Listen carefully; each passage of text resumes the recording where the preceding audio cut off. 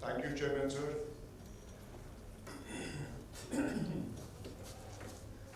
Um, I think from bioenergy perspective, times have never been better.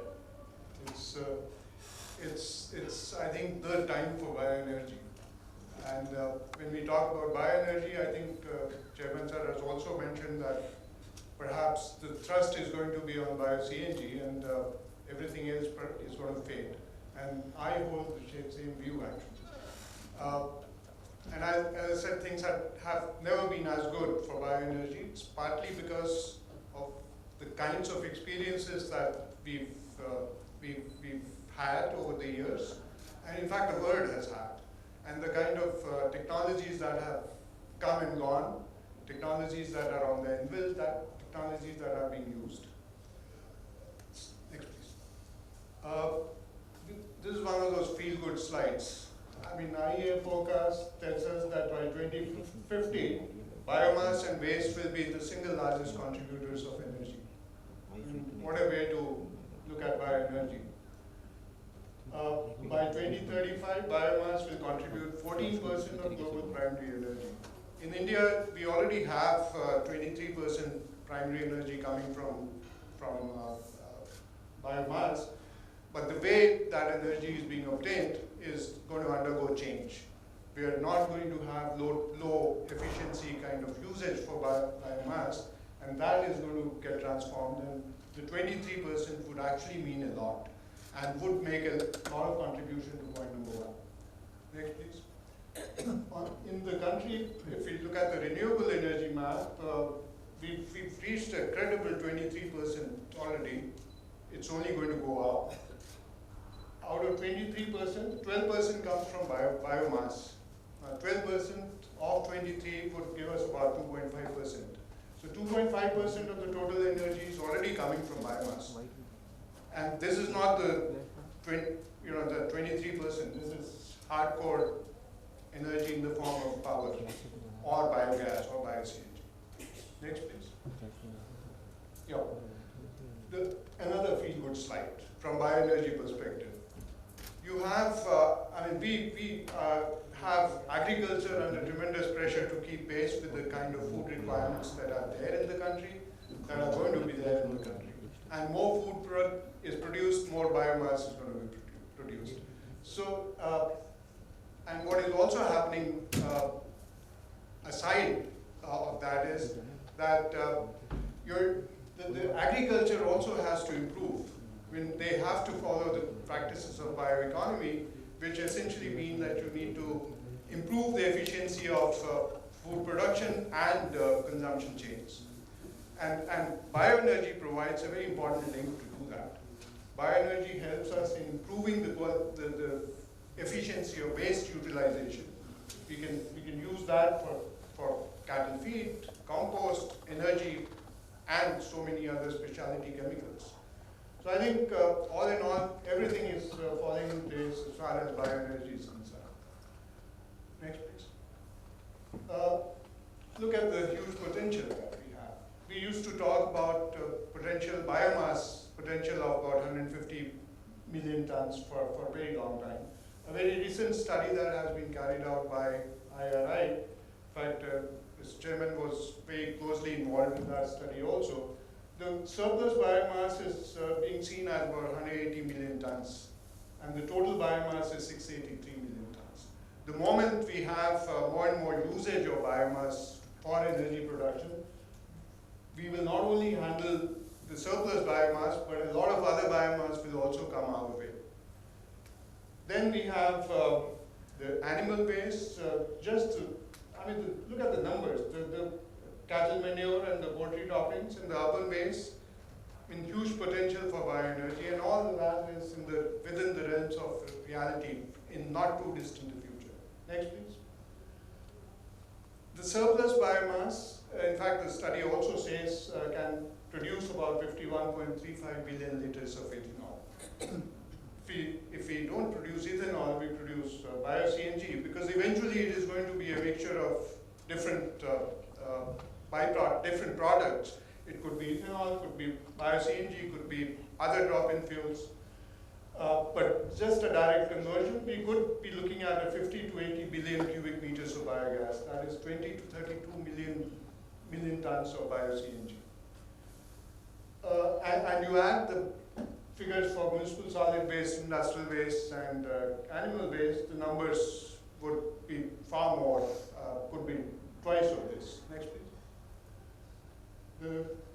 Now, the framework has never been as good as we have.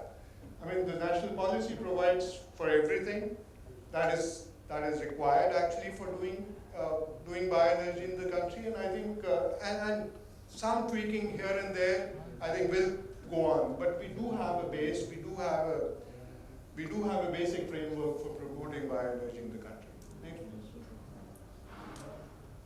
I mean, these are some of the initiatives that are there on the ground already, and every other day we do have something new coming in. So I think there is not going to be a dearth of new initiatives, and tweaking that would be necessary for doing what we're wanting to do. Next, please.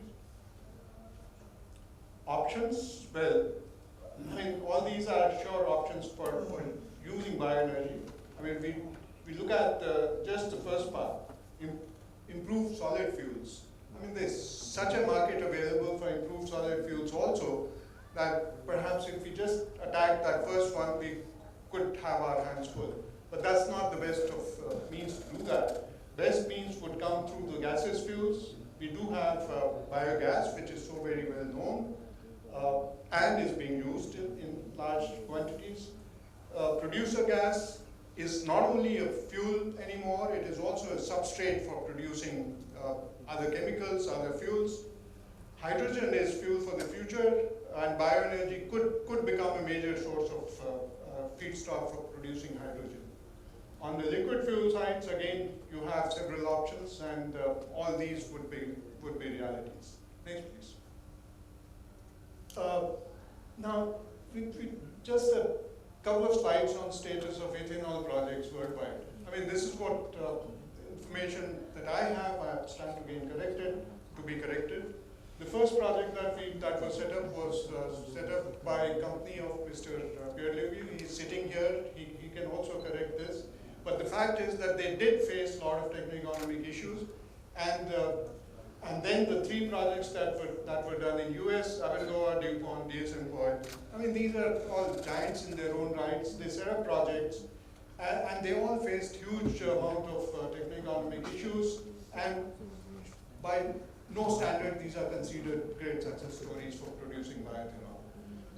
The last one, the Brazil plant again. I mean, I somehow wouldn't like to call them as great success stories. They were great experiments, great efforts, but somehow the fact that these are not success stories, or how I can call them as not success stories, is the fact that no more plants are there.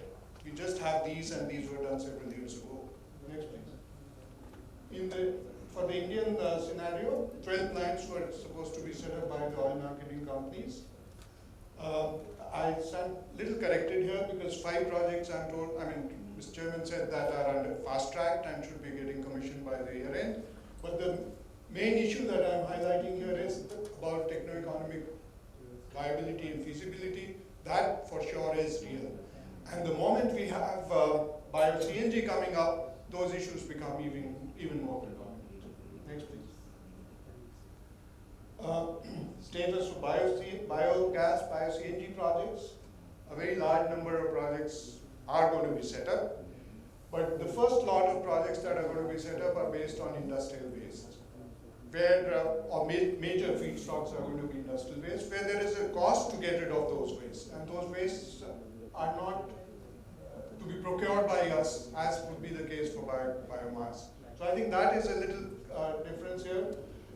There are projects happening based on agro residues as well. In fact, a very large project of 30 tons bio-CNG per day is coming up in Punjab. But that project has got funding from Germany. It has got soft loan for doing that project at 4% rate of interest. And then they are able to supply gas at the price which is being offered to them. But the fact is that the last bullet, that despite the fact that CNG offtake price has been given out, the scheme that offers the price offtake is not differentiating between agro residues and industrial waste. I think that is a major bottleneck. We do know that the cost of producing biogas from industrial waste is much lower than for agro residues. And we also know that when we are talking about agro residues, the cost of feedstocks is going to rise in times to come. And also the O&M costs are going to rise because there is huge amount of material handling equipment which is in place for handling biomass for producing bio-CNG. So I think on both these counts, there has to be a differentiation between a higher tariff offered for CNG produced from agro residues. Next please. I think this is the last one. And the fact is stated here, the outlook remains bright as the feedstock is available in plenty and CNG demand is soaring with its use spreading across the country. I mean, CNG has never been as widely used as it is going to be used in, I think, coming year, maybe tomorrow. Every day you have more and more cities coming under the network of CNG piping. So all that would be available for using our CNG. The pace, I'm sure, will progress with a gallop. I think the moment we have little tweaking of offtake price for bio-CNG produced from biomass. Now the fact is that 1 or 2 plants come up, 10 plants come up, but when we are looking at huge numbers, 5,000 or 10,000 plants, the projects have to stand on their own merit, projects have to become bankable. And unless we do that, the projects are not looking bankable. I mean, I've had to look at quite a few of these proposals